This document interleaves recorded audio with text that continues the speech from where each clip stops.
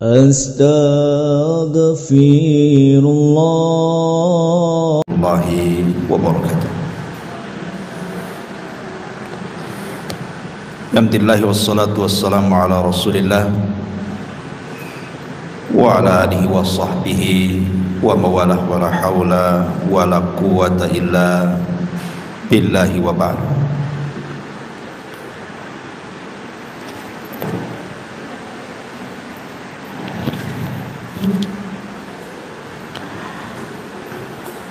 Baik, kita lanjutkan kajian kita, masih membahas tafsir singkat dari surah-surah pendek dalam juz Ammah, dan kita masuk pada surah Al-Buruj. Surah Al-Buruj ini secara tartib Al-Quran masuk pada surat yang ke-85 dengan jumlah ayat 22, jumlah huruf 459, dan jumlah kalimat 109, dan dia termasuk daripada surah Makkiyah.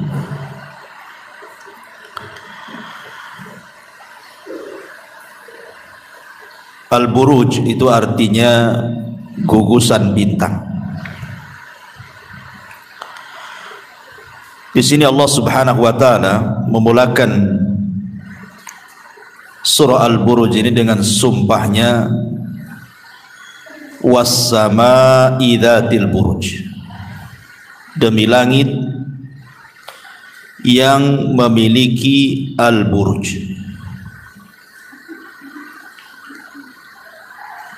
Sebagian ahli tafsir mengatakan bahwa al-buruj itu artinya al-qusur. Qusur itu artinya istana-istana. Artinya demi langit yang mempunyai istana-istana. Maksud istana-istana di sini artinya sorga, karena sorga itu letaknya di atas langit. Ada yang mengatakan al-buruj itu artinya manazilul qamar. Jadi manazilul qamar itu tempat beredarnya bulan, demi langit yang mempunyai peredaran bulan. Tetapi kebanyakan ahli tafsir mengatakan bahwa al-buruj itu adalah gugusan bintang. Maka artinya demi langit yang memiliki gugusan bintang. Di dalam Al-Quranul Karim selalu Allah Subhanahu wa ta'ala banyak bersumpah dengan menggunakan langit. Kenapa? Karena langit itu salah satu makhluk Allah yang besar.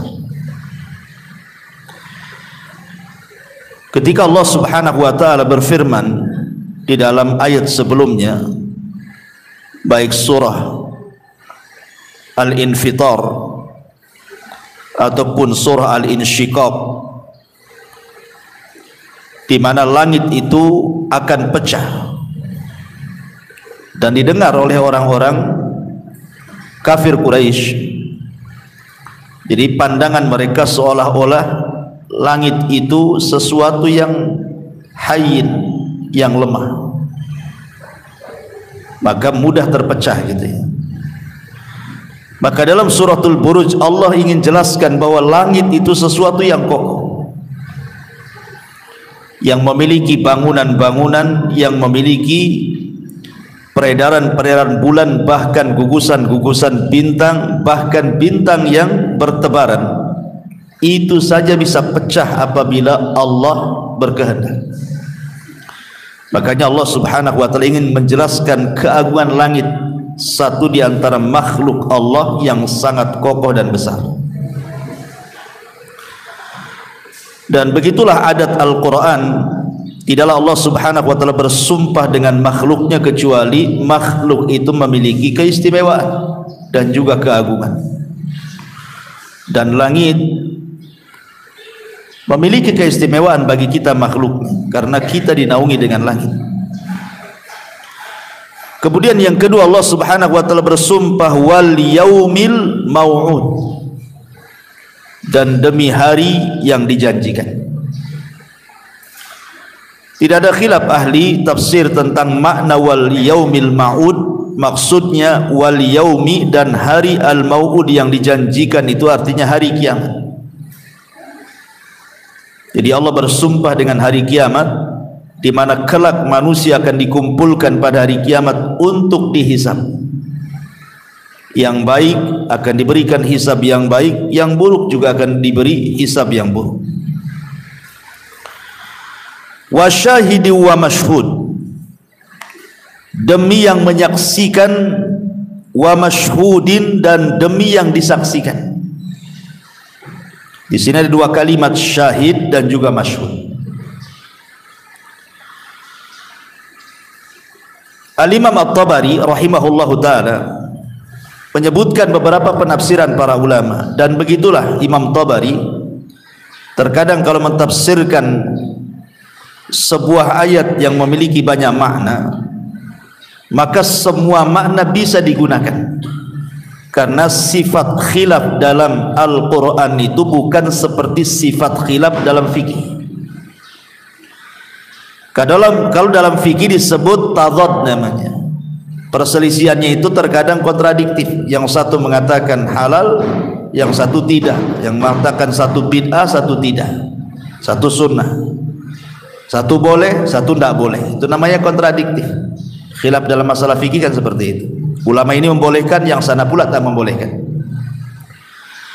Tapi kalau khilaf dalam penafsiran, lafad-lafad Al-Quran itu saling menguatkan satu dengan yang lainnya, bisa dipakai semuanya maksudnya. Jadi kalimat syahid ini ada dua makna. Pertama, makna syahid itu artinya hadir. Makanya ada istilah fulan syahidal ma'rakah, si fulan menyaksikan perang, artinya hadir dalam peperangan, dia ikut berperang di situ. Jadi badannya ada di lokasi. Tapi ada juga yang mengatakan syahid itu maknanya artinya memberikan persaksian, seperti di persidangan. Kemudian hakim meminta saksi untuk dihadirkan supaya bisa menjadi saksi kepada orang yang sudah ditersangkakan. Itu disebut syahid juga. Syahid di pengadilan. Bagi pendapat yang pertama, kalau yang dimaksud syahid di sini artinya hadir di sebuah tempat dan menyaksikan, maka maksud di syahid ini ada beberapa penafsiran. Pertama, maksud syahid di sini artinya manusia. Wa mashhud artinya hari Jumat. Jadi mereka hadir, manusia itu berkumpul di hari Jumat. Penafsiran yang kedua, syahid di sini artinya jemaah haji. Dan mashhud ini ada yang mengatakan hari nahar, hari penyembelihan kurban, ada juga mengatakan hari Arafah. Jadi manusia yang menyaksikan hadir pada hari Arafah yang sedang haji, ataupun manusia yang sedang haji yang hadir di Yaumin Nahr. Pokoknya seputar haji. Ada juga yang mengatakan syahid di sini artinya orang yang berkumpul hadir saat salat Id. Masyhud itu artinya salat Id. Jadi orang-orang yang hadir pada salat Id. Jadi di sini Allah Subhanahu wa taala bersumpah dengan jemaah haji yang hadir di padang Arafah, atau jemaah haji yang hadir di Yaum An-Nahr, hari penyembelihan, ataupun jemaah yang hadir di hari Jumat, atau jemaah yang hadir saat salat Id, atau sebagian ulama juga mengatakan syahid di sini artinya manusia yang akan berkumpul, wal mashhud itu artinya hari kiamat.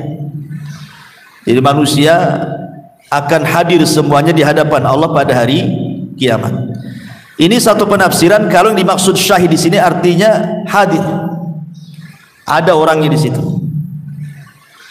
Tetapi kalau yang dimaksud syahid di sini artinya seseorang yang bersaksi untuk orang lain, Maka yang dimaksud syahid di sini artinya Nabi SAW, dan masyhud ini artinya umatnya. Atau yang dimaksud syahid ini adalah para nabi, para rasul, dan masyhud ini artinya para umat-umat nabi dan umat-umat rasul. Atau yang mengatakan syahid di sini artinya umat Islam, dan masyhud itu artinya umat-umat sebelum Islam. Jadi umat Islam akan menjadi saksi bagi umat-umat sebelum Islam, seperti yang diriwayatkan dalam sebuah hadis tentang Nuh alaihi salatu wassalam nanti pada hari kiamat akan dipanggil di hadapan Allah, dan umatnya pun akan dipanggil di hadapan Allah. Kemudian Allah Subhanahu wa taala akan mengatakan, "Ya Nuh, sudahkah kau sampaikan risalahku kepada umatmu?" Kata Nuh, "Sudah." Maka Allah mengatakan kepada umatnya, "Betul, Nuh sudah menyampaikan risalahku kepada kalian." Kata umatnya, "Kadzaban, Nuh sudah berdusta, belum ada dia menyampaikan sesuatu." Kemudian Allah mengatakan, "Ya Nuh, lihat umatmu tidak ada yang mengatakan kau sudah menyampaikan. Adakah kau saksi?" Maka berdirilah umat Islam, umat Nabi SAW, dan mengatakan, "Kami semua menjadi saksi bagimu, wahai Nuh." Maka Allah mengatakan, "Bagaimana kalian bisa jadi saksi? Bukankah zaman kalian dengan zaman Nuh itu berbeda? Kau tidak menyaksikan bagaimana Nuh berdakwah?" Maka umat Nabi SAW yang beriman mengatakan, "Ya, karena yang menyampaikan Nuh risalahnya kepada umatnya itu adalah kamu sendiri." Maksudnya Allah sendiri dalam Al-Quran, karena kita umat Islam membaca Al-Quran, dan dalam Al-Quran dijelaskan bagaimana Nuh berdakwah kepada umatnya, bagaimana Lut, bagaimana Syuaib, bagaimana Saleh, dan begitu seterusnya. Jadi kita menyaksikan, menjadi saksi bagi Nuh itu, walaupun kita tidak hadir di lokasi, tetapi kita membenarkan Nuh karena dia seorang nabi. Tidak mungkin dia berdusta. Dan Allah menghabarkan dalam Al-Quran bahwa Nuh sudah menyampaikan risalahnya. Karena seorang nabi tidak mungkin berdusta. Sama seperti Rasul. Di zaman Rasul itu, Rasul ada transaksi jual beli kuda. Rasul melakukan transaksi jual beli kuda. Akhirnya tawar, dapatlah harga sekian. Kata Nabi SAW, "Kalau begitu besok datangkan kudamu dan saya akan berikan uang kuda." Setelah besok, rupanya orang ini mengingkari kalau dia pernah melakukan akad dengan Nabi. Kata orang ini, kata Nabi SAW, "Mana kudamu? Bukankah kita sudah akad kemarin?" Kata orang ini, "Enggak, aku enggak pernah akad dengan kamu." Karena maunya dia merubah harga, ya, maunya naikkan harganya. Kata Rasulullah, "Kemarin kita sudah akad." Kata orang ini, "Belum." "Sudah belum?"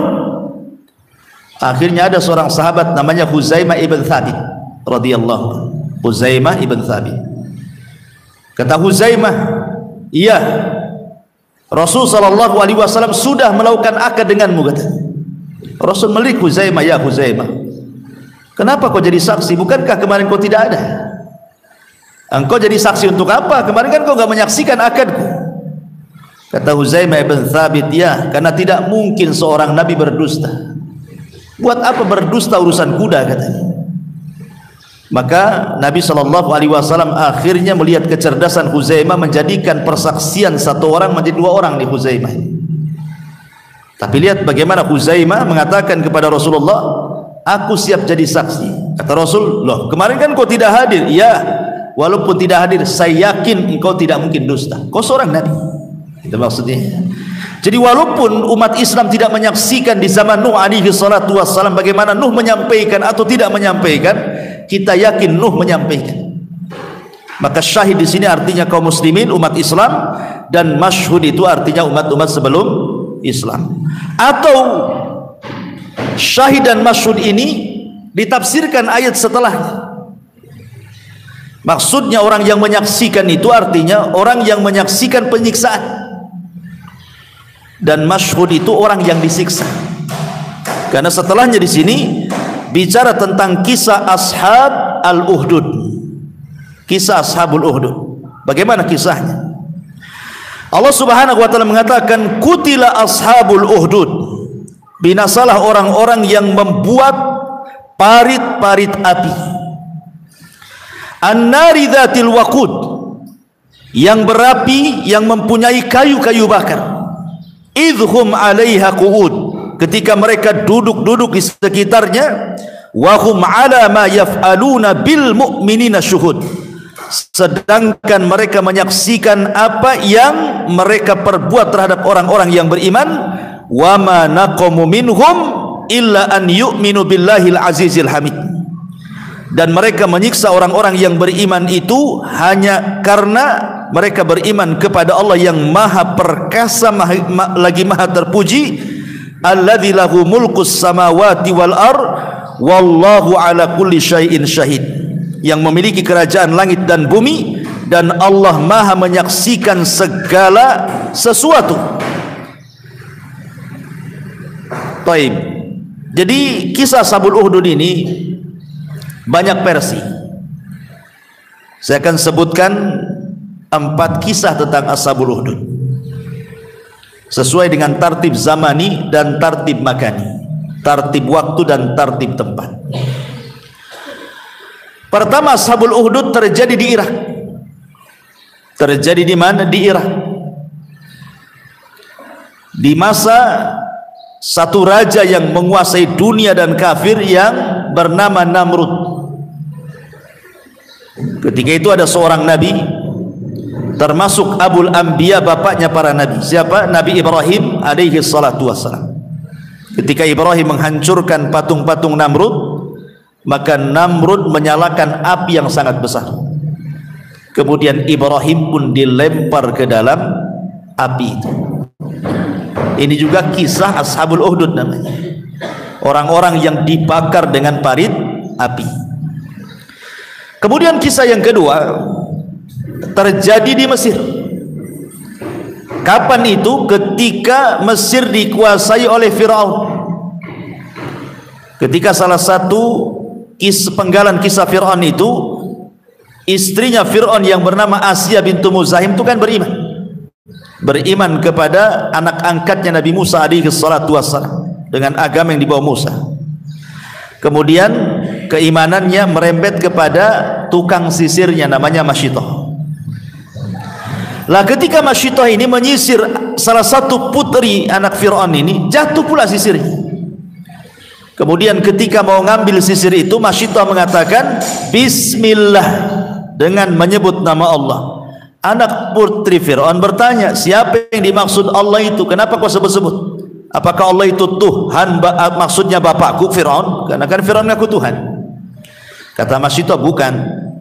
Allah itu Tuhanku, Tuhanmu, dan Tuhan bapakmu. Oh, marah anak putri Fir'aun, akhirnya melapor sama bapaknya Fir'aun. Maka kemudian Masyitoh pun disuruh murtad, suruh mengakui ketuhanannya, tapi tidak mau.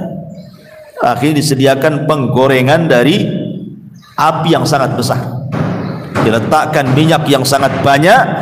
Kemudian satu persatu anaknya Masyitoh ini dilempar di situ, agar Masyitoh itu kasihan dan mau murtad. Rupanya Masyitoh itu luar biasa. Dia istiqomahnya ketika memegang tauhid tidak tergemingkan. Masalahnya kan anak-anaknya tidak salah, tapi dilempar oleh Fir'aun ke dalam periuk api itu. Sampai ketika ada anak kecil yang terakhir ya, anak bayi yang mau dilempar, Masyitoh agak kasihan, hampir dia goyah imannya. Tiba-tiba bayinya kemudian bicara dan mengatakan, lemparkan saja wahai ibunda, karena engkau di atas kebenaran. Akhirnya Masyitoh pun dilemparkan ke dalam tengku api. Ini kisah yang kedua. Kisah yang ketiga terjadi di Persia. Terjadi di Persia, ada seorang raja di Persia itu. Dia berzina dengan anak putrinya, kemudian hamil dan punya anak. Raja ini, raja Persia ini, dia berzina dengan salah satu putrinya, kemudian hamil dan punya anak. Karena takut terbongkar aibnya, otomatis kan malu.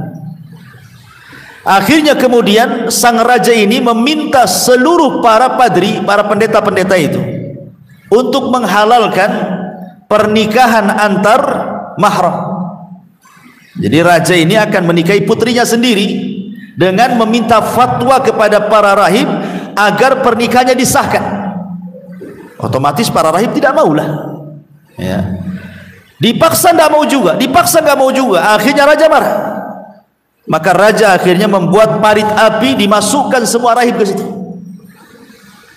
Setelah peristiwa ini akhirnya di Persia menjadi sebuah adat istiadat bolehnya menikah dengan mahramnya, karena ada contoh dari rajanya.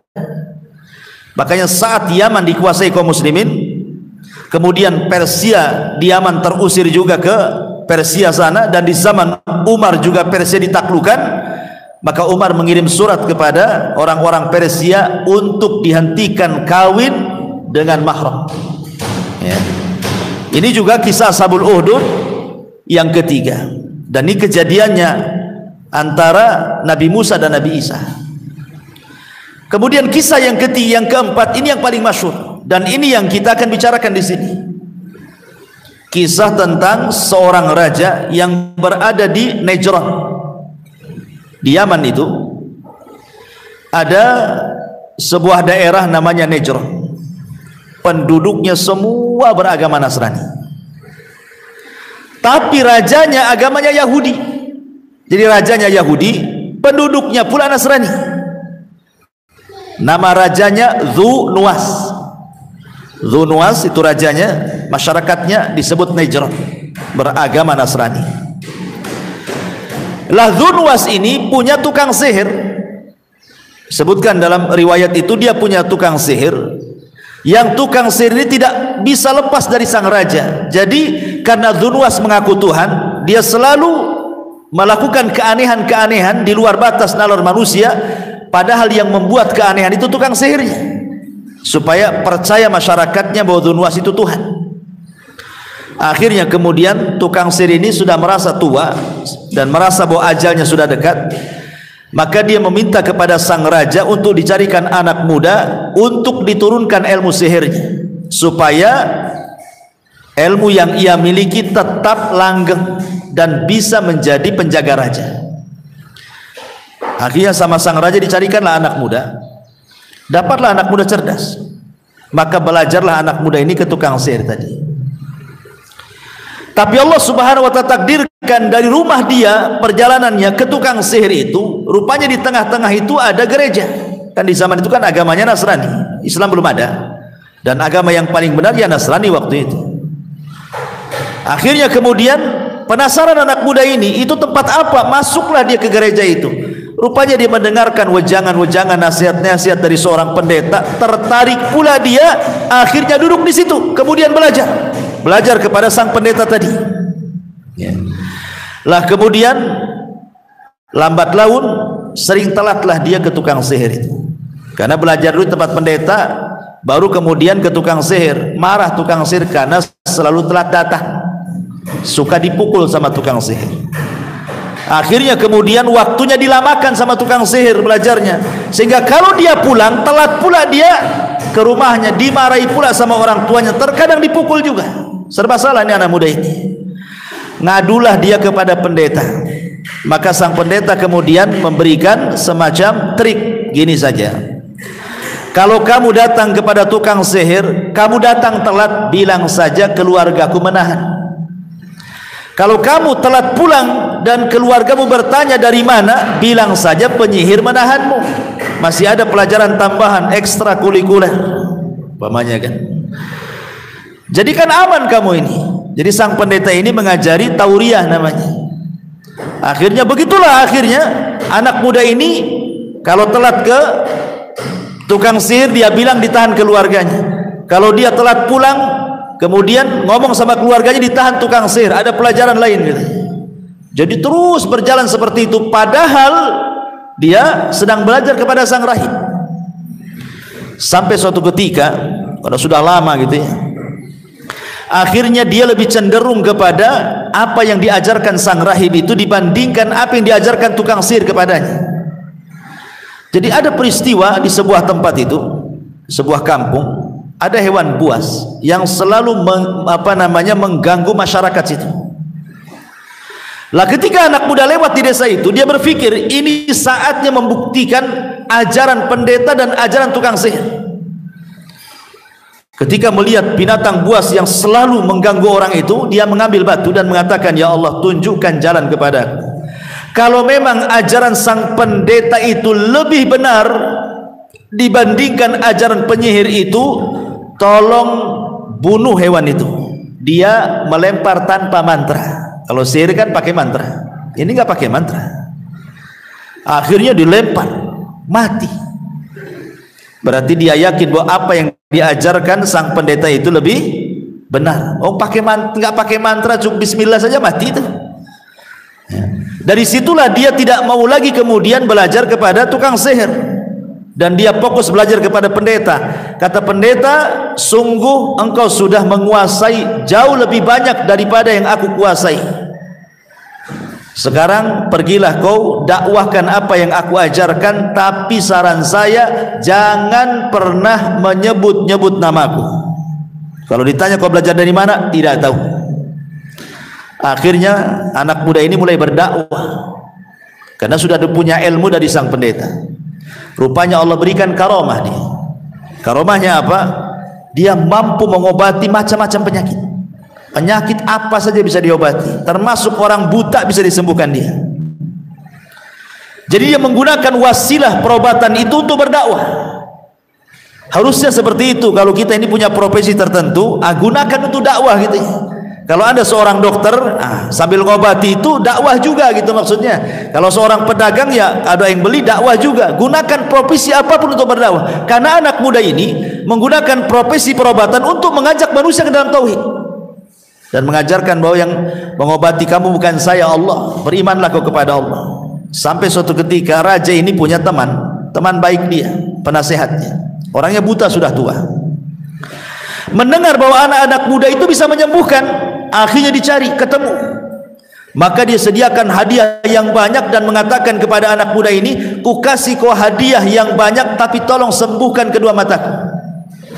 Kata anak muda ini, aku bukan seorang penyembuh, yang menyembuhkan itu Allah.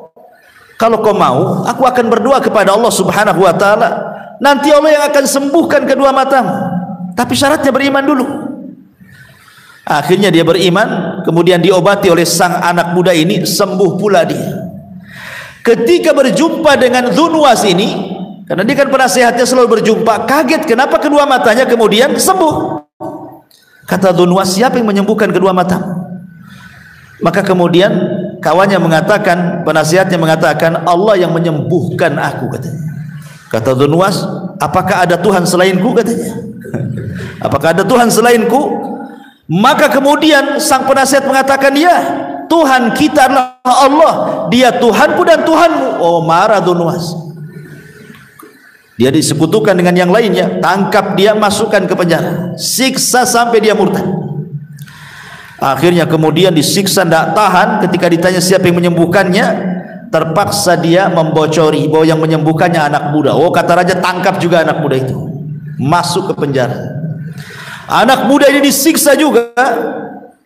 Kan raja tahu anak muda ini, kan dia yang mencarikan untuk belajar ke tukang sihir ya. Sampai raja mengatakan, oh, engkau sudah jaya ya, kau sudah bisa menyihir sehingga orang buta kau bisa sembuhkan. Kata anak muda, yang menyembuhkan bukan aku, Allah. Ketika Dzunwas mendengar itu, marah lagi, siapa yang mengajari kamu? Ini bukan tukang sihir yang mengajari seperti ini. Siapa? Akhirnya kemudian disiksa habis-habisan, tak tahan juga anak muda ini. Kemudian ngaku sang pendeta, ditangkap pula pendeta itu. Tiga-tiganya masuk sel. Mulailah kemudian raja mengadili tiga orang ini. Pertama, teman dekatnya yang merupakan penasehatnya, tidak mau murtad juga, digergaji dari tengah sini sampai ke bawah, belah jadi dua, mati. Kemudian sang pendeta juga sama, digergaji juga, tidak mau murtad, kemudian mati. Dua-duanya mati syahid. Kemudian anak muda ini tidak mau digergaji. Cara hukumannya, disuruh oleh raja bawa anak muda ini ke atas bukit sana. Kalau sudah sampai di atas bukit, lempar ke bawah. Tapi tanya dulu mau murtad atau tidak. Kalau tidak mau murtad, lemparkan. Kalau murtad, selamatlah dia. Rupanya kemudian diborgol, diikat, dibawa oleh pasukan raja ke atas bukit yang paling tinggi di Najran itu. Selama perjalanan anak muda ini berdoa, Allahumma kfinihim ma syi'ta. Ya Allah, lindungi aku, terserah caranya gimana. Itu doanya. Allahumma kfinihim, ya Allah cukupkan aku dari mereka, ma syi'ta, sesuai dengan kehendakmu. Akhirnya tiba-tiba ketika sampai di atas bukit, terjadi gempa pula tuh, gunung itu lini, semua pasukan raja berjatuhan mati semua, nggak ada yang tersisa. Anak muda ini pula selamat. Kemudian anak muda ini menghadap raja, ditanya, "Lah mana pasukanku?" Kata anak muda ini, "Semua mati kecuali aku," katanya. Marah sang raja, tangkap lagi anak muda ini, borgol, bawa ke tengah lautan katanya. Lemparkan saja. Sebelum dilempar tanya dulu mau murtad atau tidak. Dilempar akhirnya ke lautan, ditaruh di sampan, dikawal oleh banyak sampai ke tengah lautan. Anak muda ini berdoa lagi, Allahumma kfinihi ma syi'ta. Ya Allah lindungi aku, terserah kamu caranya gimana. Akhirnya kemudian datang ombak menghantam kapal itu, pecah, berserak, semua prajurit tenggelam. Anak muda pula diselamatkan Allah, masih hidup dia. Ngadap lagi ke raja, raja bingung, kok kamu belum mati gitu. Ya, semua prajuritmu mati kecuali aku katanya. Jadi upaya apapun sang raja ini tidak bisa membunuh anak muda ini. Sampai akhirnya anak muda ini pun tahu diri, kemanapun dia lari pasti akan dicari raja, pasti akan ada upaya pembunuhan, sehingga dia ingin kematiannya yang terbaik. Maka dia menghadap raja dan mengatakan, engkau tidak akan bisa membunuhku kecuali dengan caraku katanya. Oh, sang raja senang karena ini kan pembuat onar bagi dia. Bagaimana caranya? Cepat kasih tahu biar cepat dibunuh katanya. Dia mengatakan, kumpulkan manusia di tanah lapang, ikat aku di tiang gantungan, aku akan kasih satu anak panah, kau sediakan busurnya. Hanya dengan anak panahku kau bisa membunuhku katanya.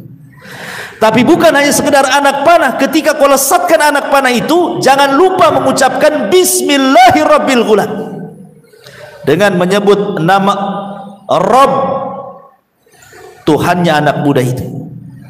Maka kalau engkau menyebut kalimat ini, kau lesatkan panah, tepatkan di pelipis mataku, maka aku akan mati. Oh, dengan senang hati raja, karena ini disangka sudah buat onar betul di kerajaannya. Kumpulkan manusia, sampai Ibnu Katsir menyebutkan dalam kitab Bidayah wan Nihayah itu 20.000 manusia kumpul tuh, warga Najran. 20.000 warga Najran dikumpulkan sang raja di tanah lapang. Sebagian orang-orang yang hadir itu kan ada yang beriman juga, yang diobati kemudian beriman gitu ya, hadir juga di situ.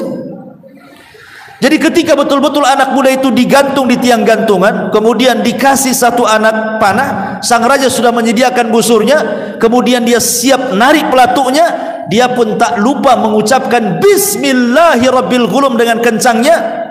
Kedengaranlah sama orang-orang tuh. Orang-orang pun bingung, kenapa sang raja menyebut Tuhannya anak muda itu sementara dia ngaku Tuhan?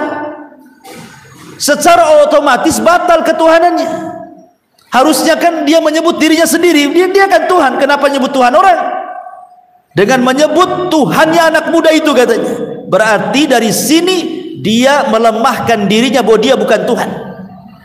Ketika anak panah itu melesat kena pelipisnya, matilah anak muda itu. Satu lapangan 20.000 itu tiba-tiba berteriak, amanna bi rabbil ghulam, kami beriman dengan Rabbnya si fulan. Makin stres raja ya. Hilang 3 tumbuh 20.000. Akhirnya kemudian, karena ini yang ditakutkan sang raja kan ini, awalnya kan 3 orang saja, kenapa jadi 20.000? Itulah kehendak Allah subhanahu wa ta'ala, hendak menghancurkan sebuah kebatilan dan menampakkan kebenaran. Akhirnya kemudian sang raja emosi, marah, tutup gerbang. Di gerbang ditutup, tidak bisa keluar orang 20.000 itu dari lapangan itu. Buat parit api, masukkan satu persatu ke parit api itu, suruh mereka murtad dulu. Kalau tidak, masukkan. Kalau murtad, selamatkan. Dibuat parit api besar-besar, kemudian dilempar satu persatu. Raja dan orang-orangnya ini menyaksikan dengan senangnya. Senang dia menyaksikan orang diadab. Coba salahnya apa orang itu? Orang itu hanya mengatakan kami beriman, kok tiba-tiba dimasukkan ke parit api coba. Akhirnya kemudian satu, terakhir ada seorang wanita yang sedang menggendong bayi juga. Hampir-hampir wanita ini ragu-ragu, tapi anaknya bicara persis seperti kisah Masyitoh itu. Tiba-tiba ia mengatakan, lemparkan saja badanmu wahai ibu, fa innaki alal haq, engkau di atas kebenaran. Akhirnya masuk juga dia. Tidak ada yang selamat ya. Semua mati kecuali satu orang.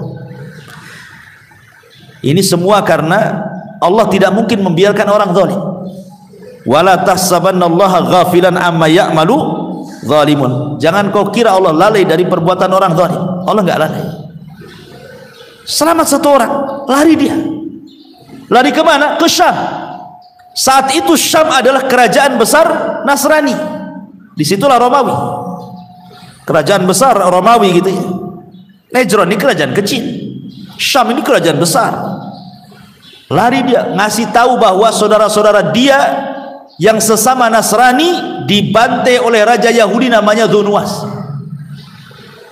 Akhirnya kemudian karena jauh antara jarak Syam ke Najran, maka raja Romawi mengirim surat ke mana? Ke koleganya yang ada di Ethiopia, Najasyi. Tentu bukan Najasyi di zaman Rasul yang masuk Islam, Najasyi yang sebelumnya. Disuruh untuk membawa pasukan besar, hancurkan Najran sehancur-hancurnya, bunuh Dzunwas. Akhirnya kemudian dikirimlah pasukan dari Najran, dikirimlah pasukan dari Ethiopia, dari negeri Habasyah, pasukan yang sangat besar dipimpin oleh dua jenderal, yang satu disebut Riyad, yang satu disebut Abrahatul Asram. Disinilah muncul nama Abraha yang kelak akan menghancurkan Ka'bah yang diserang oleh burung ababil. Maka dikirim Abraha dengan Riyad, dihancurkanlah Najran, rajanya dibunuh. Akhirnya kemudian Riyad berkuasa di Najran. Kemudian Riyad dibunuh Abraha, padahal sesama jenderal tuh. Maka Abraha yang menguasai Najran, yang kemudian menguasai Yaman ya. Dan itu ceritanya nyambung ke Ashabul Fil. Tapi di sini adalah bagaimana ketika kemudian orang-orang yang beriman kepada anak muda itu dilempar satu-satu ke parit api itu. Dengan senang hatinya kemudian sang raja duduk di singgasananya dengan menteri-menterinya sambil tertawa melihat orang dilempar satu-satu ke api itu. Tuh lihat sadisnya orang itu. Salahnya apa orang-orang itu? Mereka diundang suruh menyaksikan, kemudian mengucapkan amanna bi rabbil gulam, kami hanya beriman dengan Rabbnya si fulan. Habis itu kemudian mereka dilempar ke dalam api. Apa salah mereka coba? Begitulah kebengisan orang-orang Persia, orang-orang kafir kala itu, Raja Dzunwas. Baik, kita akan cocokkan dengan ayat. Allah Subhanahu wa taala berfirman, "Qutila ashabul ukhdud." Qutila itu artinya dilaknat.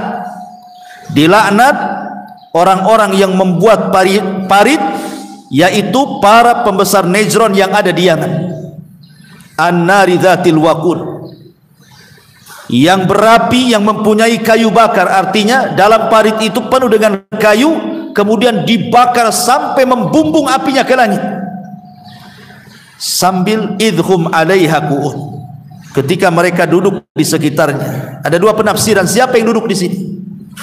Ada yang mengatakan yang duduk itu adalah orang-orang Najran yang 20 itu diikat kaki dan tangannya supaya jangan lari, kemudian dilempar ke dalam api. Ada juga yang mengatakan yang dimaksud ketika mereka duduk di sekitarnya, artinya raja dan orang-orangnya yang sedang duduk menyaksikan orang yang beriman yang sedang dilemparkan ke dalam api. Wa hum ala ma yaf'aluna bil mu'minina syuhud, sedangkan mereka menyaksikan apa yang mereka perbuat terhadap orang-orang yang beriman. Puas mereka melakukan itu. Wa ma naqamu minhum illa an yu'minu billahil azizil hamid, dan mereka menyiksa orang-orang yang beriman itu hanya karena mereka beriman kepada Allah Subhanahu wa taala yang maha perkasa lagi maha terpuji. Alladzi lahu mulkus samawati wal ard wallahu ala kulli syai'in syahid, yaitu yang memiliki kerajaan langit dan bumi, dan Allah maha menyaksikan segala sesuatu siapapun yang ada di bumi ini, mau melakukan jahat Allah tahu, yang mau melakukan baik pun Allah tahu. Ma'asyiral muslimat yang dimuliakan Allah Azza wa Jalla, faedahnya di sini, apakah Ashabul Uhdud ini akan berhenti sampai kisah Raja Dzunwas di Najran, ataukah akan selalu ada sampai hari ini? Bahasa Quran itu al-ibratu bi umumil lafzi la bi khususi sabab. Sebuah pelajaran dalam Quran itu bukan karena khususnya ayat ini turun kepada siapa, tapi karena umumnya lafaz yang kita akan bisa mengambil ibrahnya.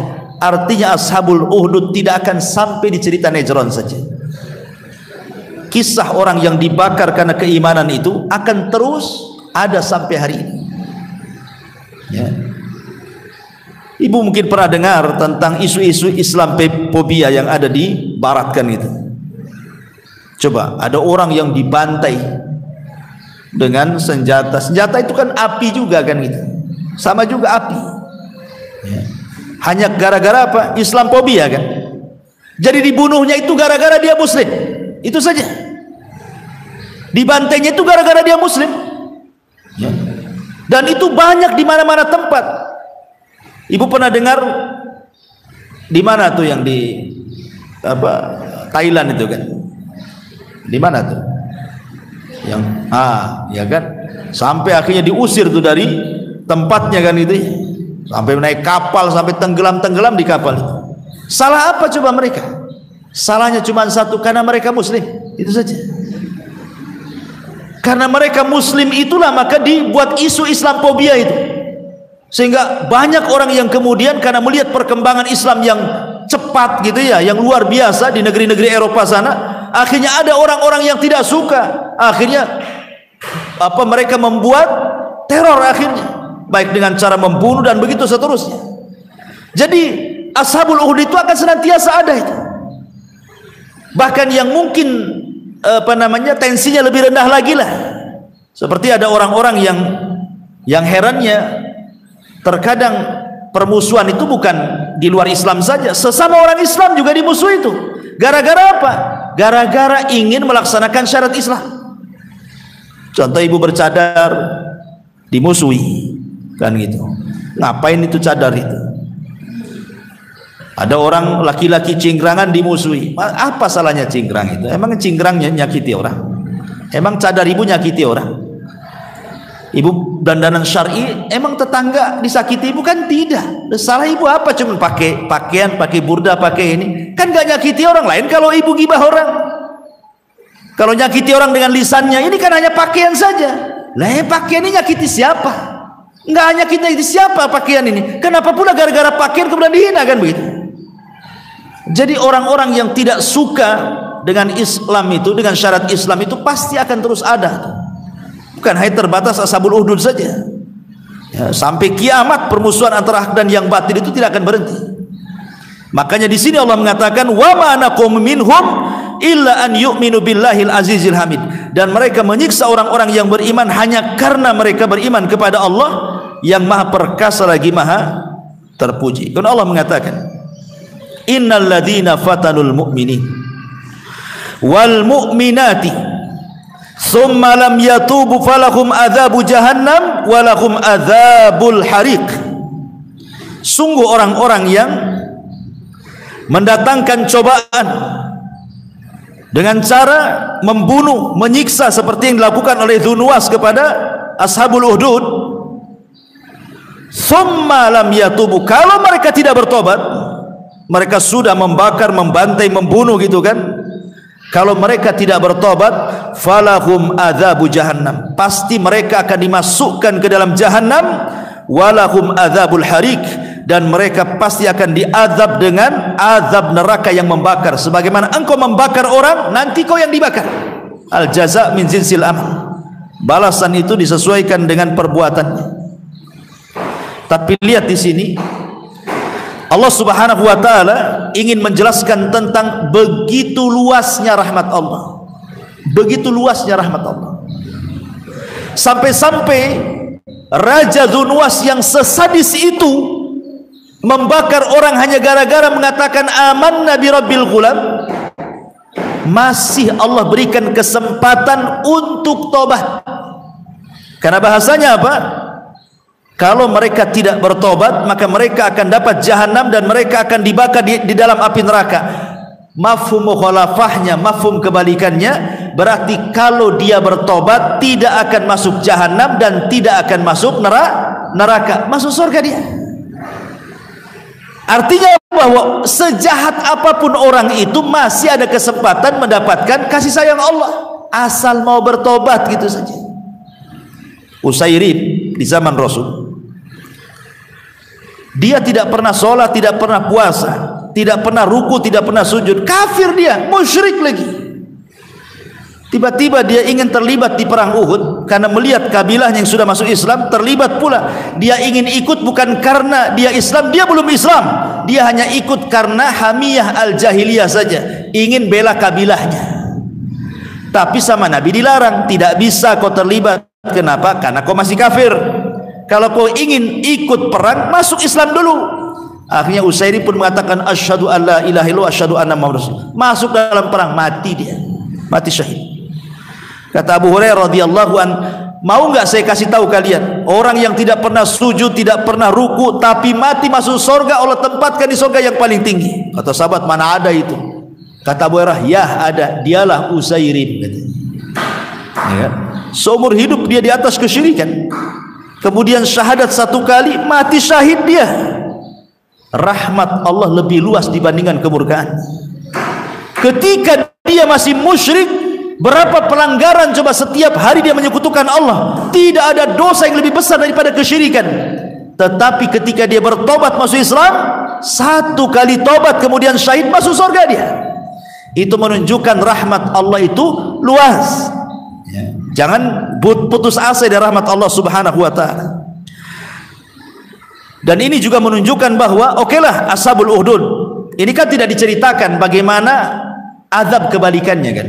Hanya diceritakan tentang kebengisan dan kezalimannya Raja Dunwas kepada Ashabul Uhdud kan.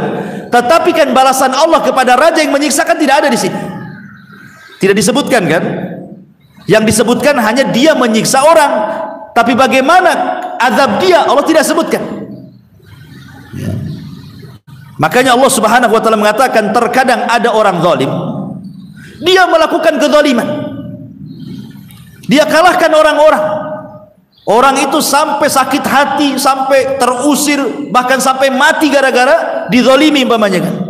Tapi Allah biarkan saja dia yang zalim itu, sehat badannya, banyak uangnya, nyantai saja hidupnya, padahal sudah zalimi orang. Ya, mak kencang kali. Tolong itu yang ketak-ketuk tuh dikurangi suaranya. Ya.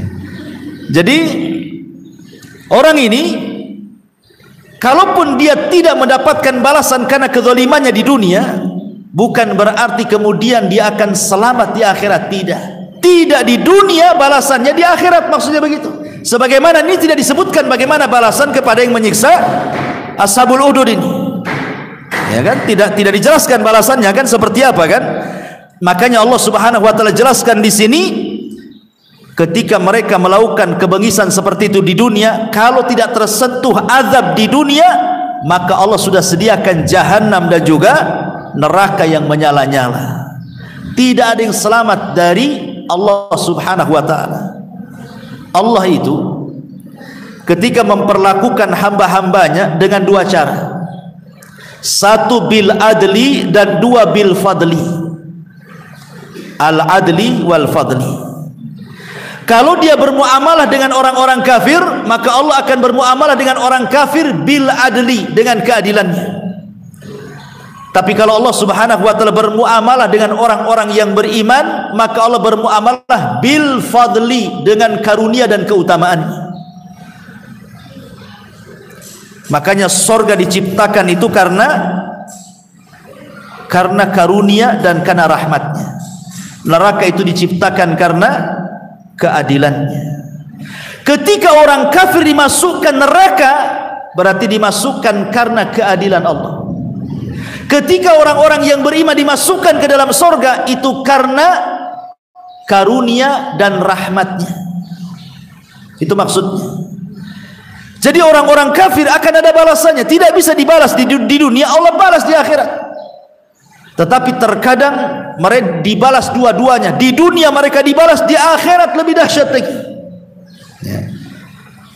Kemudian Allah mengatakan, innal ladzina amanu wa amilus salihat lahum jannatun tajri min tahtihal anhar dzalikal fawzul kabir. Kebiasaan Al-Quran apabila menyebutkan tentang penduduk neraka, maka Quran pasti mengiringkan setelahnya penduduk sorga. Sekarang kita cerita ke Ashabul Uhdud. Lihat orang-orang Ashabul Uhdud itu yang beriman. Bisa apa mereka? Terikat, tidak bisa melawan, lemah. Mereka tidak punya salah, kemudian dimasukkan ke dalam api, kemudian mati. Kalah tidak? Kalah. Tetapi boleh jadi dia kalah di dunia tapi menang di akhirat. Allah masukkan mereka ke dalam surga. Itulah kemenangan yang nyata. Faman zuhzi'a 'anil nar wa udkhilal jannah faqad faz. Siapapun yang dikeluarkan dari api neraka dimasukkan ke dalam surga, itulah kemenangan yang sesungguhnya, kata Allah. Makanya di sini Allah mengatakan, innal ladzina amanu wa amilus salihat lahum jannatun tajri min tahtihal anhar dzalikal fawzul kabir. Sungguh orang-orang yang beriman dan mengerjakan kebajikan, mereka akan mendapatkan surga yang mengalir di bawahnya sungai-sungai. Itulah kemenangan yang besar. Ya, di dunia terkadang orang yang dizalimi itu nampaknya kalah, di akhirat dia menang. Di dunia ini terkadang orang yang dizalimi itu ada yang kasihan sekali, tidak bisa melawan dia. Diambil hartanya, diam saja. Ya. Kemudian dilucuti kehormatannya, diam saja. Dia hanya bisa menahan hatinya saja, tidak bisa melawan. Masalahnya orang yang zalim lebih kuat dibandingkan dirinya. Ya, di dunia boleh jadi dia kalah secara kasat mata loh ya, dia kalah. Tapi sebenarnya dia yang sedang menang. Kapan itu? Tidak menang di dunia, Allah menangkan di akhirat. Nanti Allah akan panggil dua-duanya, orang zalim dan orang yang dizalimi. Hei sini, kau dulu menzalimi saya. Mana pahalamu? Nih dosaku. Siapa yang menang, siapa yang kalah di sini? Nggak apa-apa orang yang dizalimi di dunia ini, hakikatnya dia sedang diangkat derajatnya di hadapan Allah Subhanahu wa taala. Makanya kalau bukan karena ada balasan di akhirat, tentu akan banyak merajalela kezaliman di dunia ini. Tapi karena ada balasan di akhirat, minimalnya ngerem. Hati-hati orang zalim, ada balasannya loh ya. Allah tidak tidur. Karena Allah mengatakan, menjelaskan lagi di sini, inna batsya rabbika lasyadid. Sungguh azab Tuhanmu lasyadid, sangat keras. Sebenarnya kalimat batsya dalam bahasa Arab itu azab yang keras. Tanpa harus ada kalimat syadid, itu sudah keras. Jadi batsyu itu siksa yang keras artinya, ditambah dengan syadid, makin keras gitu maksudnya. Kenapa Allah Subhanahu wa taala sampai mentaukidkan dengan kalimat syadid? Supaya menanamkan perasaan takut kepada kita. Ingat, balasan Allah itu sangat keras sekali, bukan main-main ya. Supaya ditanamkan rasa takut kepada kita. Innahu huwa yubdi'u wa yu'id. Sesungguhnya dialah yang memulai penciptaan makhluk dari sesungguhnya dialah yang memulai penciptaan makhluk, dan dia pula yang kelak akan menghidupkannya. Ingat bahwa kalian di dunia boleh, silahkan kalian berbuat zalim, tapi kalian akan dimatikan dan kelak akan dibangkitkan. Di situ ada hisab, kata Allah ya. Atau sebagian ahli tafsir mengatakan bahwa innahu yubdi wa yu'id itu artinya, dan sungguh dia memulai pengazaban. Nanti kalau sudah diazab, maka akan dikembalikan kepada semula dan diazab lagi. Seperti surah Nisa Allah mengatakan, kullama nadijat juluduhum badalnahum juludan ghairaha liyadzuqul adzab. Setiap kulit mereka dikelupaskan oleh Allah, Allah ganti dengan kulit yang baru, dikelupaskan lagi, Allah ganti dengan yang baru, sampai mereka merasakan adzab. Itu makna yubdi wa yu'id. Sebagian ahli tafsir mengatakan seperti itu. Makanya ketika Nabi SAW diperlihatkan azab kubur dalam hadis yang panjang itu, kata Nabi SAW, aku melihat ada orang yang terlentang ya, yang terlentang, kemudian di sampingnya ada orang yang pegang arit, kemudian dimasukkan tuh pisau aritnya ke dalam mulutnya sini, kemudian disobek sampai ke tengkuknya. Kemudian setelah itu diambil lubang telinga, kemudian disobek sampai ke tengkuknya, gitu ya. Kemudian setelah selesai ini disobek dua-duanya sampai ke tengkuknya, ganti ke yang kiri, disobek lagi sampai ke tengkuknya. Kemudian lubang hidung disobek lagi. Ketika ini sudah sobek, rupanya yang sini sudah rapat lagi.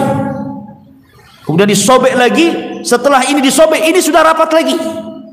Bagaimana tuh siksaan Allah itu? Itulah makna yubdi'u wa yu'id. Ada salah satu penafsirannya juga seperti itu, ya. Tapi jumhur ahli mufassir seperti yang diterjemahan ini, yang biasa ibu baca terjemahan, artinya dialah yang memulai penciptaan makhluk dan dia pula yang akan menghidupkan kembali. Artinya Allah mengingatkan, ingat balasan di akhirat itu Allah sangat pedih. Anda tidak hidup di dunia saja, Anda akan hidup di akhirat juga. Jangan macam-macam gitu maksudnya, ya. Kemudian wa huwal ghafurul wadud subhanahu. Setelah Allah sebutkan bagaimana siksaan Allah yang sangat pedih, rupanya Allah pun masih memberikan kesempatan untuk bertobat. Wa huwal ghafur al wadud, dan dialah yang maha pengampun lagi maha pengasih. Begitulah Al-Quran, ibu. Kalau Allah menyebutkan satu ayat menakut-nakuti kita dengan neraka, dengan azab, nanti akan ada ayat setelahnya bicara tentang harapan masuk surga. Makanya di sini ada faedah apa? Jangan pernah manusia itu lepas dari dua sayap burung. Satu perasaan takut, satu perasaan harap. Roja dengan takut ini jangan sampai hilang pada dada kita. Karena kata Imam Ibnul Qayyim, takut dan harap itu bagaikan dua sayap burung. Kalau hanya satu saja tidak akan bisa terbang. Kalau dua-duanya maka ibu bisa terbang, artinya ibu bisa berjalan dalam kehidupan ini stabil. Ibu tidak akan putus asa karena selalu diancam dengan adab, takut akhirnya putus asa. Jangan-jangan sehingga masuk surga, putus asa lah ibu. Datanglah targhib, harapan, diingatkan tentang amal soleh engkau akan masuk surga, maka perasaan takutnya akan mengecil, kemudian mulai ada harapan. Insyaallah saya juga masuk surga. Tapi jangan kemudian berat keharapan terus, akhirnya dia maksiat, kan Allah kan maha rahmat katanya. Gak gitu juga kan itu ya. Ingat juga ayat-ayat tentang adab supaya seimbang akhirnya hidupnya kan. Sebab kalau memikirkan adab terus, putus asa dia. Kalau memikirkan rahmat terus, tak mau pula beramal dia. Makanya gak seimbang hidupnya. Dua-duanya baru seimbang. Al-khawfu war-raja. Kepalanya barulah al-mahabbah, rasa cinta kepada Allah Azza wa Jalla. Ghafur itu diambil daripada mighfar. Mighfar itu tutup kepala perang. Kalau orang pakai baju besi itu perang, ya kan? Nanti ada tutup kepalanya. Lah tutup kepala dalam bahasa Arab disebut mighfar, penutup, ya. Jadi Ghafur itu artinya Allah, zat yang maha memaafkan. Setelah Allah maafkan, Allah tutup aibnya. Apa enggak indah tuh? Coba bayangkan, terkadang kita ini berbuat salah di siang hari, kemudian Allah tutup aib kita di malam hari. Kita berbuat salah pula di malam hari, Allah pula tutup aib kita di siang hari. Kemudian kita dulunya pernah mungkin di antara kita ada yang berbuat dosa, terjerumus kepada dosa besar. Mungkin dulunya ada yang pezina, mungkin dulunya ada yang penjahat, rentenir atau apa namanya kan. Kemudian Allah Subhanahu wa taala berikan hidayah, bertobatlah dia kepada Allah. Setelah Allah maafkan, Allah tutupi aibnya. Makanya kenapa kalau sudah ditutup aibnya, Bu, jangan pernah dibongkar. Karena Rasul mengatakan, setiap umatku dimaafkan kecuali orang yang membongkar aibnya sendiri. Jangan diceritakan yang lalu-lalu. Kalau ibu dulu waktu masih jahiliyah penuh dengan tato di badannya, yang sini buaya, yang sini macan, yang belakang tak apa-apa gitu ya. Dapat pula hidayah, belilah jubah panjang, kan tak nampak. Ustaz ada tato di sini, pakai kaos tangan. Ustaz di jari, jangan yang belah kaos tangannya, yang penuh. Kan gitu ya, supaya nggak nampak gitu ya. Lah kalau sudah nampak kan orang melihatnya, oh ibu ini orang baik-baik. Alhamdulillah Allah tutup aibnya. Jangan pula ditampak-tampakkan supaya orang tahu saya ini mantan apa gitu. Ngapain? Sengaja dibuka-buka betisnya tuh, ada kupu-kupu tuh di bawah tuh. Ini dulu saya, ini dulu katanya. Ngapain? Enggak perlu, ya. Karena Allah sudah tutup aibnya. Itulah namanya Ghafur. Allah maafkan, habis itu Allah tutup. Beda dengan kita. Ada orang yang berbuat salah kepada kita, kita maafkan, tapi kita omongin juga sama orang. Kan itu ya. Saya maafkan sih, tapi kesal juga saya sama dia. Nah, itulah kita nggak ada sifat Ghafur. Memaafkan dia, tapi ngomongin lagi sama orang. Itu sebenarnya nggak memaafkan, belum ikhlas dia itu. Kemudian Al-Wadud. Al-Wadud itu maksudnya maha penyayang, al-mahabbah, cinta. Wadud itu artinya cinta. Jadi Allah itu sudah maafin, nutup aib kita pula, cinta pula dengan kita. Walaupun ibu berbuat salah seumur hidup, berbuat tobat satu kali cukup merubah benci jadi cinta. Itulah hebatnya Allah, ya. Bisa dalam sekejap merubah benci jadi cinta. Kita tidak bisa kayak gitu, Bu. Ibu saya sakiti tiap hari, Bu, ya kan? Udah lama, 50 tahun saya sakiti, saya minta maaf. Kira-kira, Bu, berubah nggak benci jadi cinta? Tidak. Yang ada benci kuadrat. Apain kau nampak hidung batang pula di sini? Bagus kau pergi. Padahal datang meminta maaf itu. Tak ada maaf bagimu. Kalau kaca itu ibarat kaca pecah, nggak bisa ditempel katanya. Pakai solasi pun masih nampak retaknya katanya. Jadi ada orang yang kayak gitu. Tapi Allah itu Wadud, betul-betul bisa merubah benci jadi cinta. Sebesar apapun dosa, kalau sudah bertobat selesai, Allah cinta dengan dia. Kemudian Allah mengatakan Dzul Arsyil Majid, yang memiliki arasy lagi maha mulia. Dzu itu artinya sahib, pemilik. Arasy itu artinya makhluk Allah. Lah Allah kan bukan hanya pemilik arasy saja. Bumi juga milik Allah, langit juga milik Allah, bintang, bulan, galaksi, kita juga milik Allah. Kenapa cuma arasy saja? Pemilik arasy. Bukan Allah pemilik segala-galanya. Ketika Allah Subhanahu wa taala hanya menyebut kalimat arasy, Allah ingin menunjukkan tentang keagungan arasy Allah Subhanahu wa taala. Karena dia makhluk yang paling besar dan yang paling dekat dengan Allah. Sudah besar, paling dekat dengan Allah. Makhluk itu semakin dekat dengan Allah, maka semakin baik. Makanya ketika kita sholat, ya, kita sholat jamaah nih, maka yang semakin dekat dengan imam itu lebih baik. Maka yang lebih jauh dari imam, maka tidak bagus. Makanya saf itu kan ambil yang paling dekat dulu. Umpamanya ini disuruh sebelah kanan dulu. Jangan nunggu habis sampai di sana kemudian diisi kiri. Ya, nanti timpang nanti. Maksudnya ini kalau sebelah kanan sudah ada 4 orang, cepat isi sebelah kiri 4 orang. Ya, karena ibarahnya yang dekat dengan imam gitu maksudnya. Ini sebelah kanan, kata Rasul, sebelah kanan diisi sampai. Ini kalau nggak ada ini teruslah sampai jalan tuh kanan. Sampai di mana kan itu? Kapan kirinya yang masuk? Ya. Jadi maksudnya dekat dengan imam. Itu saja dalam sholat seperti itu. Walillah matsalul a'la. Tentu bagi Allah permisalan yang jauh lebih agung lagi, yang lebih dekat dengan Allah. Makanya malaikat Amaratul Arsy itu kan dekat dengan Allah. Mereka lebih agung dibandingkan malaikat-malaikat yang di bawahnya. Maka arsy itu makhluk Allah yang paling besar, yang lebih dekat dengan Allah Subhanahu wa taala. Makanya Allah jadikan sebagai apa namanya? Dzul Arsyil Majid. Dia pemilik arsy. Coba kursi saja, Allah katakan wasi'at kursiyuhu samawati wal ardh. Kursinya Allah, tempat pijakannya Allah kursi itu meliputi langit dan bumi.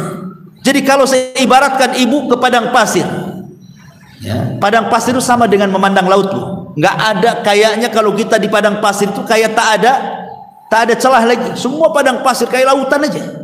Mana ujungnya nggak nampak itu padang pasir. Sama dengan kita di tengah lautan. Ketika kita nengok itu mana ujungnya, pulau pun tak nampak. Begitulah orang di padang pasir. Kemudian ibu punya cincin nih, ambil cincin, letakkanlah di padang pasir. Kata Nabi, cincin itu langit dan buminya. Itulah padang pasir itu kursinya. Kemudian ketika Rasul menyebutkan perbandingan arsy dengan kursi, sama juga. Ibu di padang pasir letakkan cincin, itulah kursinya. Arsy itulah padang pasirnya. Gimana yang menciptakannya? Allahu Akbar. Tentu Allah jauh lebih besar dibandingkan makhluknya. Dzul Arsy Al-Majid, yang maha mulia. Fa'alun lima yurid, Maha kuasa berbuat sekehendaknya. Ingat, Allah itu berbuat sekehendaknya. Apa yang kita kehendaki, kalau Allah tidak berkehendak, tidak terjadi. Apa yang Allah mau, walaupun kita tidak mau, tetap terjadi. Yang Allah kehendaki pasti terjadi, yang Allah tidak kehendaki tidak akan terjadi. Kemauan manusia, betapa kerasnya pun orang bekerja, terkadang tidak terjadi cita-citanya. Padahal dia sudah keras itu, bekerja keras. Saya punya target 1 tahun sudah harus punya mobil, punya rumah. Kerjanya panting tulang dia, kepala di bawah, kaki di atas. Semana jalannya tuh? Ya. Keringat bercucuran, nggak kenal siang malam. Rupanya meleset, ngontrak lagi. Terkadang kemauan manusia itu hanya kemauan saja. Terkadang ada sisi lemahnya, tidak bisa dicapai keinginannya. Tapi kalau Allah punya mau, bu, fa'alun lima yurid, pasti Allah kun fayakun. Mau sekarang, kun fayakun. Itulah bedanya Allah dengan kita. Kita ini punya cita-cita sesuatu, terkadang terhalang karena sakit. Adalah mungkin umahat itu pengenlah gabung gitu, ngaji di sini gitu ya. Tapi karena stroke tak bisa dia melangkahkan kaki, otaknya aja di sini, badannya di rumah. Ya. Itu karena sakit, atau mungkin karena penghalang-penghalang yang lain. Pengen ngaji, suaminya tak boleh. Ya. Pengen begini, kata suaminya tak boleh. Atau mungkin pengen ngaji, suami boleh, anak-anaknya pula rewel. Ada saja alasan, ya kan? Halangan-halangan manusia itu. Tapi Allah tidak ada yang menghalangi dia. Kalau dia menghendaki sesuatu, kun fayakun. Idza aradallahu syai'an fa innahu yaqulu kun fayakun. Kalau Allah menghendaki sesuatu, Allah tinggal katakan kun fayakun. Jadi maka jadi. Itulah makna fa'alu lima yurid. Dia, Allah bisa berkehendak dengan siapapun, dengan apapun. Maka jangan pernah macam-macam. Kalau bisa mengadab sesuka hati dia, atau masukkan ke surga suka hati dia. Hal ataka hadithul jun Fir'auna wa Thamud. Sudahkah sampai kepadamu berita tentang bala tentara penentang para nabi itu, wahai Muhammad? Di sini namanya istifham asy-syauq namanya. Syauq itu kerinduan. Jadi Allah Subhanahu wa taala hendak memberikan pertanyaan yang bentuknya itu merindukan jawabannya. Tahu enggak engkau ya Muhammad, bala tentara dihancurkan itu, yang mereka menentang para nabinya, seolah-olah Allah ingin menghibur nabi karena disakiti oleh orang-orang Quraisy gitu. Dan memang orang-orang kafir memang begitu tabiatnya, mereka menyakiti para nabi. Maka Rasulullah ingin menghibur Nabi Shallallahu Alaihi Wasallam bahwa nanti para penentang itu ada masanya mereka hancur. Kemudian Allah contohkan kepada Rasul Fir'aun dan Thamud. Kenapa Fir'aun dan Thamud? Karena Fir'aun itu bercerita tentang Bani Israel, kalau Thamud bercerita tentang bangsa Arab. Ya, Fir'aun itu kan berhadapan dengan nabi yang paling masyhur dari nabi-nabi Bani Israel. Sementara kaum Thamud itu tinggal di Yaman. Nabi yang diutusnya siapa? Nabi Soleh. Itu cerita bagi orang Arab. Seolah-olah Allah ingin mencontohkan kepada orang kafir Quraisy dan ingin mencontohkan kepada orang-orang Yahudi Madinah. Kan musuh Rasul kan dua tuh, Yahudi Madinah dan orang-orang kafir Quraisy kan. Maka dicontohkan Fir'aun untuk ahli kitab Yahudi dan Nasrani, Thamud untuk orang Arab. Karena orang Arab di zaman itu paham cerita Thamud, dan ahli kitab paham cerita Fir'aun. Makanya Allah kasih dua contoh dari Bani Israel dan contoh dari Arab. Tenang saja, lihat si Fir'aun, Allah hancurkan gara-gara menentang Nabi Musa. Lihat Thamud, Allah hancurkan gara-gara menentang Nabi Soleh. Maka kelak orang-orang yang menentangmu kurang lebih saja, seolah-olah Allah ingin katakan seperti ini. Ini kan Nabi akhirnya semangat lagi kan itu. Nah, ibu juga kalau ngasih nasihat itu jangan ngedonkan orang, kasih nasihat. Cemana ya, saya ngaji Quran tidak bisa. Tenang, nanti bisa gitu ya. Ya. Gimana saya? Ya memanglah usia udah lanjut, cemana mau cerdas. Malas dia belajar kan. Kasih semangat ya, supaya orang makin belajar. Balil ladina kafaru fi takdzib. Memang orang kafir selalu mendustakan. Artinya dari dulu, sejak zaman kafirnya Nuh, ya, orang-orang kaumnya Nabi Nuh, sampai kaum Nabi Saleh, kaum Nabi Hud, Nabi Syuaib, sampai kaum Musa, sampai kafirnya di zaman Rasulullah, semua sama, mereka suka mendustakan para nabi. Jangan seolah-olah Allah ingin mengatakan biasa itu wahai Muhammad, ya. Kalau mereka orang-orang Quraisy mendustakanmu, sebelum-sebelumnya juga mendustakan, kamu sabar saja. Makanya sekarang kan lagi viral tuh, lagi ada gempa di mana tuh, di Cianjur. Kemudian lagi ada WhatsApp kemana-mana kan, nyebar di grup-grup, ada kristenisasi macam-macam kan. Sampai disebutkan ada tenda ini dari Kristen ini, Kristen itu, dan lain sebagainya. Kita orang beriman lo nggak heran. Kalau ada yang seperti itu tidak perlu kaget, tidak perlu risau. Kenapa? Karena Allah sudah ngomong dalam Al-Quran, wala tarda ankal yahudu walan nasara hatta tattabi'a millatahum. Lan di sini li ta'bid, artinya selamanya orang Yahudi dan Nasrani itu tidak akan redha sampai kita ikut mereka. Itu secara Quran sudah jelas. Tidak perlu heran, tidak perlu heboh. Yang sekarang ini kenapa sampai dikuasai, itu pertanyaannya. Kenapa, kemana orang Islam? Ya. Maka jawabannya adalah itu karena dosa yang kita lakukan. Kenapa kemudian orang Islam di tengah-tengah mayoritas bisa dikuasai oleh minoritas? Itu karena dosa yang banyak kita lakukan. Coba kalau kita kemudian memperbaiki diri, akidah diperbaiki, ibadah diperbaiki, kemudian anak-anak kita dididik, nggak akan terjadi itu.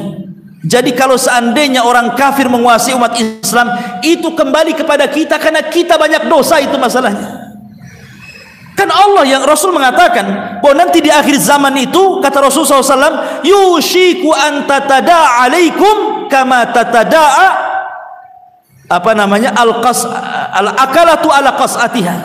Al-akalatu ala qas'atiha. Hampir-hampir kalau dikepung dari semua arah oleh musuh-musuhmu, seperti nampan yang penuh dengan makanan dikerubung orang-orang lapar, katanya. Sahabat mengatakan, Rasul, apakah kami sedikit? Kenapa kami dikepung sama musuh-musuh? Kata Rasul, bal antum yauma idzin katsirun. Bahkan pada hari itu kalian banyak, katanya. Artinya macam mana minoritas bisa mengepung mayoritas gitu seolah-olah. Kemudian Rasul mengatakan, tapi banyaknya kalian seperti buih di lautan. Kenapa? Karena Allah sudah kuasakan kepada kalian penyakit wahan. Apa itu wahan? Hubbud dunya wa karahiyatul maut. Karena kalian terlalu cinta dunia, asik dengan maksiat, lupa mati bahwa akan ada hisab. Jadi kalau memang terjadi seperti, introspeksilah kita. Kenapa kita heboh kan gitu ya? Itu kesalahan kita. Sambil kita memperbaiki, ya kalau seandainya ada yang dilebihkan rezeki, ya sumbangkan gitu ya. Tapi lebih daripada itu, pelajarannya adalah harusnya kita kuatkan iman, ya. Karena itu semua karena kesalahan kita semuanya. Innallaha la yughayyiru ma biqaumin hatta yughayyiru ma bi anfusihim. Allah tidak akan merubah sebuah kaum sampai kita sendiri yang merubah. Ya, kembalikan kepada akidah yang benar, ibadah yang benar. Insyaallah umat ini akan jaya. Wallahu min waraihim muhit. Padahal Allah mengepung dari belakang mereka. Artinya Allah itu akan mengawasi manusia. Siapapun tidak lepas dari pengawasan Allah Subhanahu wa taala. Bal huwa Qur'anum Majid fi lauhim mahfud. Bahkan yang didustakan oleh orang-orang kafir itu Al-Qur'an yang mulia, yang tersimpan dalam tempat yang terjaga lauhil mahfud. Tapi sayang, bukan kalau dulu orang kafir yang mendustakan Quran, sekarang orang yang beriman yang mendustakan Quran. Aneh. Dulu kan orang kafir yang mendustakan Quran kan? Sekarang orang-orang Islam pula mendustakan Quran. Katanya khamar minuman Nabi lah, katanya.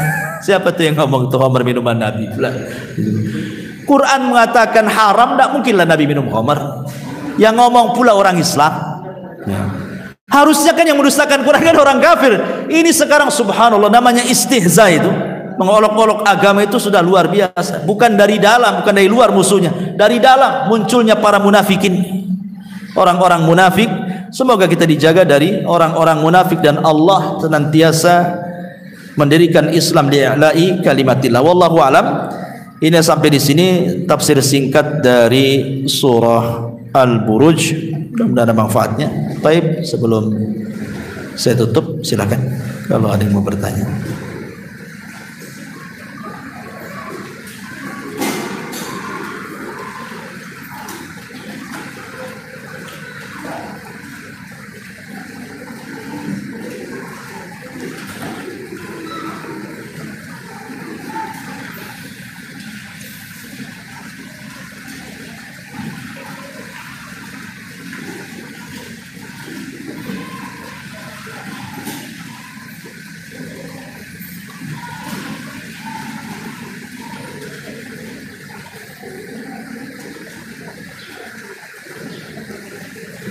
Oke.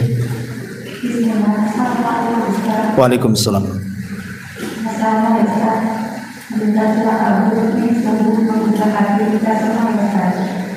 Yang akan tanyakan Ustaz di ayat ketiga atau ayat keempat tadi, yaitu kisah asal wudhu yang keempat, kisah ada yang istilahnya sederhana dengan seorang suami biasa. Di sini yang maksudnya Ustaz, yang diajarkan oleh seorang pemuda itu seperti ajaran tauhid ya Ustaz. Iya. Tetapi di sini kan waktu itu tidak ada agama Islam. Apakah di waktu itu masalahnya atau pendeta yang mengajarkan itu berpegang pada tauhid juga ya Ustaz? Ya, alhamdulillah. Jadi anak muda itu yang belajar kepada pendeta itu, pendeta salah satu pendeta yang memang Allah Subhanahu wa taala jaga, dia masih berpegang kepada Injil, kepada ajarannya Nabi Isa yang masih mentauhidkan Allah. Sehingga anak muda ini belajar kepada pendeta itu ya belajar tauhid lah. Ya, karena agama di masa itu yang paling benar adalah Nasrani. Kan belum ada Islam. Yahudi paling benar di zamannya. Datang Nasrani, maka ajaran Yahudi dihapus, berarti Nasrani yang paling benar di zamannya. Datang Islam, maka Islamlah ajaran yang paling benar di zaman sekarang. Kan ada masa-masanya. Yahudi masa di zaman Nabi Musa, kemudian datang Isa selesai, datang Nasrani, kemudian datang Rasulullah, menghapus semuanya. Ya. Lah kebetulan di masa itu memang agama yang paling benar Nasrani. Makanya Banu Najran itu kan agamanya Nasrani semuanya. Makanya anak muda ini belajar tauhid kepada sang pendeta. Rupanya kan otomatis kan berselisih paham. Satu sisi dia belajar sihir, syirik gitu ya. Satu sisi pula belajar tauhid, kan nggak nyambung, satu ke timur satu ke barat kan itu.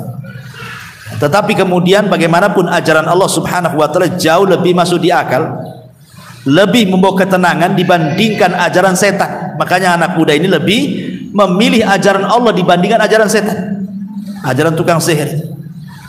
Dan dia yakin ketika dia membunuh binatang buas itu, dia kan tidak pakai mantra-mantra, hanya baca basmalah saja. Dia yakin saja, dia minta kepada Allah, ya Allah, kalau sang rahib yang diajarkan kepadaku lebih benar dibandingkan sang pendeta, saya hanya cukup melempar saja tanpa pakai mantra. Mati nggak dia? Rupanya mati. Nah, artinya kalau Allah sudah berkehendak, tidak perlu pakai sihir-sihir. Terkadang Allah berikan karomah, terkadang Allah berikan maunah, pertolongan kan? Kalau berkehendak. Karena sihir sendiri tidak mungkin terjadi kecuali karena izin Allah juga kok. Mau satu dunia nyihir ibu, kalau nggak akan terjadi, nggak akan terjadi. Satu nih tukang sihir Indonesia ini, WA ibu, saya sihir ibu besok katanya. Nah, ibu bertawakal kepada Allah. Tengok besok. Kalau di Lauhil Mahfuz ibu tidak terkena sihir, ya nggak akan kena sihir. Walaupun satu Indonesia berkumpul dari dukun hitam sampai dukun birunya pun sekalipun. Ya. Tetapi ibu, kalau memang sudah takdirnya ibu kena sihir, yang disihir tetangganya, tahu-tahu kena ibu pula mental. Takdir Allah. Ya kan? Bisa saja ini tetangganya tak bisa, setannya yang penting dapat target. Kenapa pula ibu di situ? Kan bisa saja kan? Nah, itu karena sudah takdirnya semua, walaupun sihir sakti-saktinya apapun tetap atas izin Allah. Apalagi kemudian ajaran-ajaran yang benar, ya kan? Tentu kita lebih yakin lagi bahwa semua terjadi karena izin Allah Subhanahu wa taala. Wallahu a'lam. Iya. Ketika Allah menyalakan korek api, terus yang pertama dibakar yaitu 3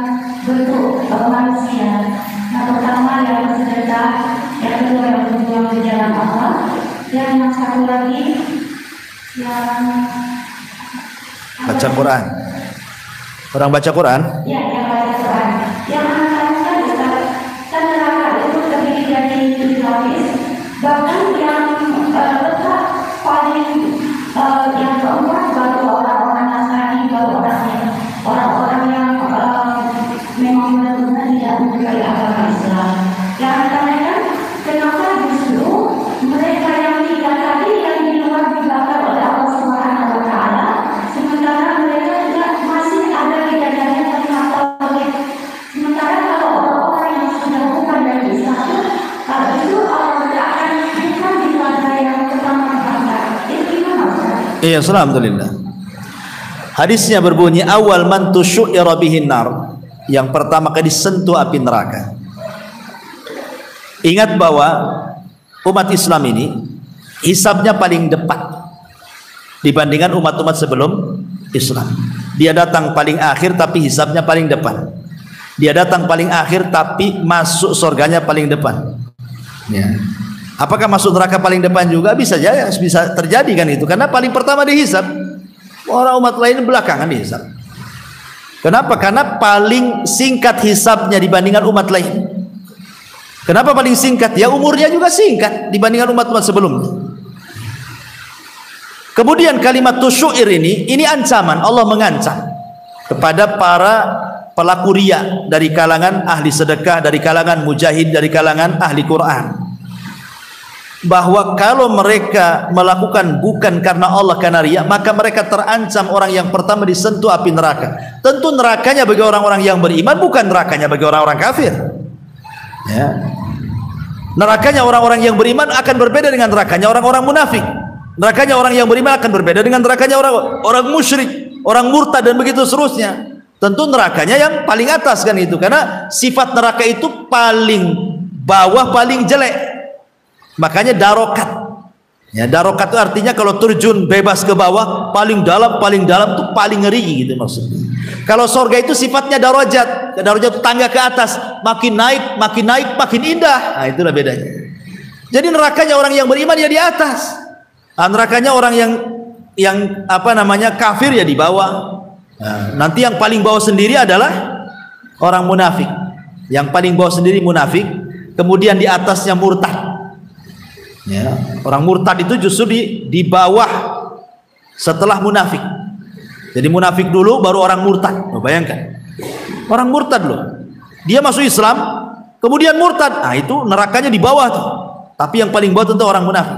Baru di atasnya lagi kalau mengikuti tingkatan-tingkatan, baru orang-orang musyrik. Baru di atasnya lagi baru kafir, murni Yahudi dan Nasrani. Baru di atasnya ahli maksiat dari kalangan muwahhidin yang masuk neraka.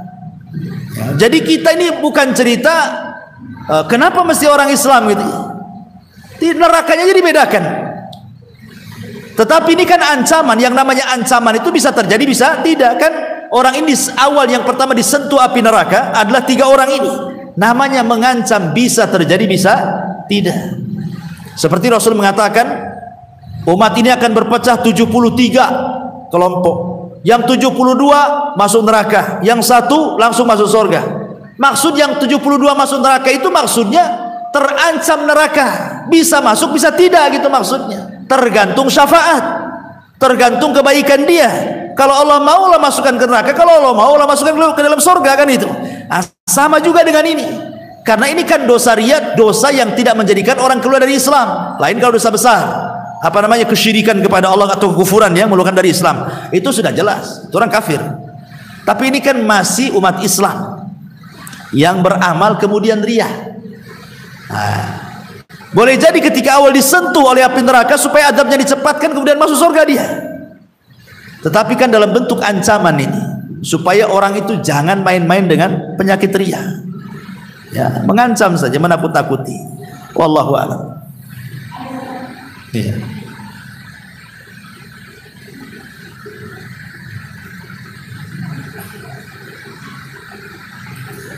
Bismillahirrahmanirrahim. Ya.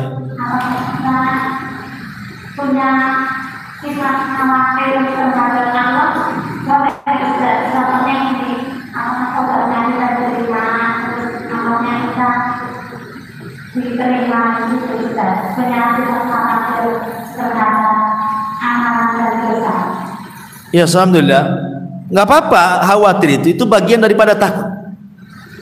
Itu bagian daripada takut. Supaya dengan ada perasaan itu makin diperbaiki lagi ibadahnya. Tapi jangan kemudian melampau sifat takutnya. Akhirnya jadi putus asa. Ya. Boleh kita takut, tetapi jangan melampau. Makanya iringi dengan harapan tadi. Iringi dengan harapan. Ya, boleh jadi saya khawatir tidak diterima, makanya saya perbaiki dengan harapan diterima. Nah, jadi makanya takut dengan harapan jangan dibuang. Tetapi dalam kondisi sehat, kata ulama, sebaiknya perasaan takut lebih tinggi dibandingkan harap. Tapi dalam kondisi sakit dibalik, sebaiknya harap lebih besar porsinya dibandingkan takut.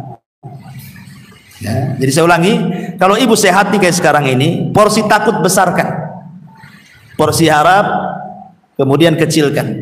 Tapi kalau ibu dalam posisi sakit parah, maka porsi harap besarkan, porsi takut disedikitkan. Kenapa? Karena Allah Subhanahu wa taala berfirman dalam hadis qudsi, ana ma'adhanni abdi bi. Aku ini bersama prasangka hambaku. Aku ini, kata Allah, tergantung prasangka hambaku. Kalau hambaku berprasangka baik, aku baik dengan dia. Kalau hambaku berprasangka buruk, aku buruk dengan dia. Jadi ketika saat orang itu sedang sakit, lebih beratkan perasaan harap. Jangan dilebihkan perasaan takut. Kenapa? Supaya kita jangan suudzon kepada Allah. Jangan berburuk sangka kepada Allah. Makanya tugas orang sehat kalau mengunjungi orang sakit, besarkan hatinya. Dengan cara apa? Menyebutkan kebaikannya. Jangan diingatkan keburukan dia, jangan. Nanti dia takut. Ya.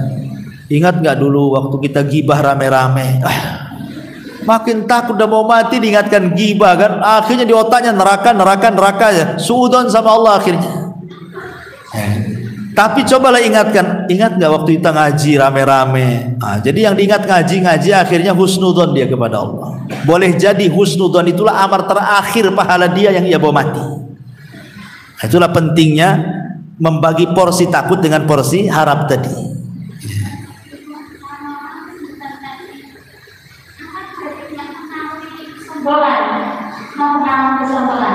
Apanya?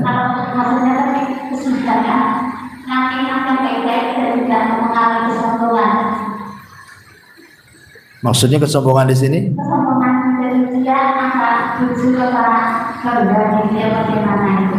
Ini nyambung nggak pertanyaan dengan yang pertama? Yang ini kan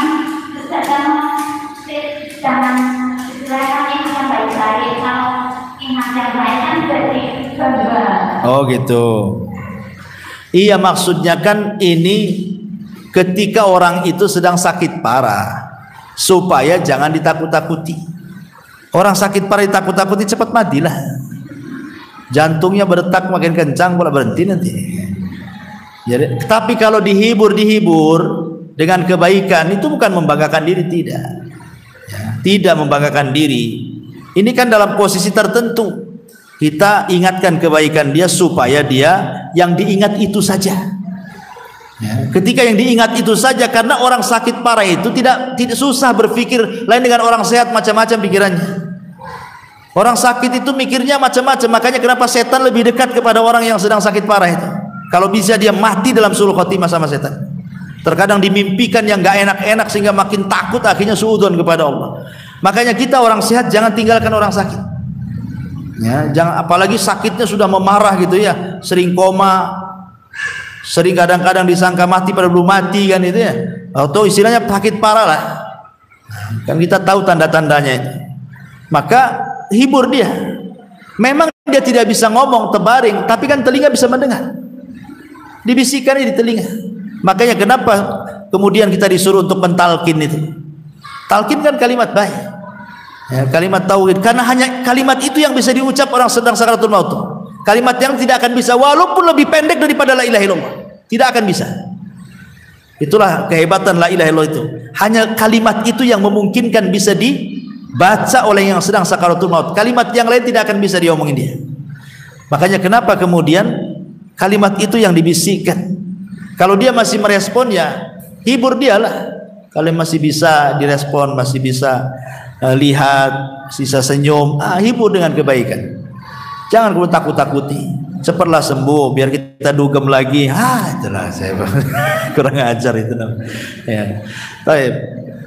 Ya, ya.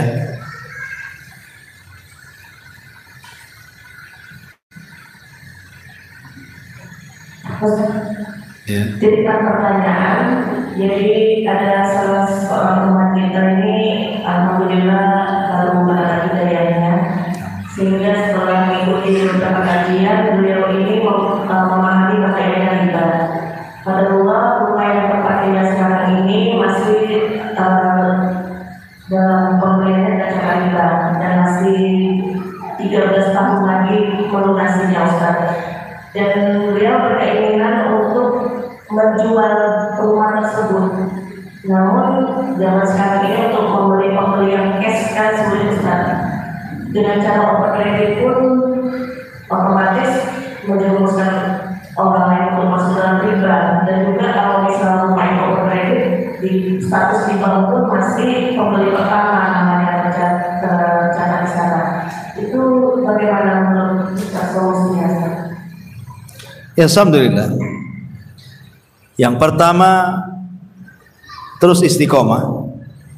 Karena terkadang orang yang baru hijrah itu banyak tuh cobaannya. Orang yang baru hijrah itu cobaannya banyak. Dan terkadang cobaan itu kalau sudah datang itu bisa beruntun tuh. Saya masih ingat dulu ada orang kerja di bank.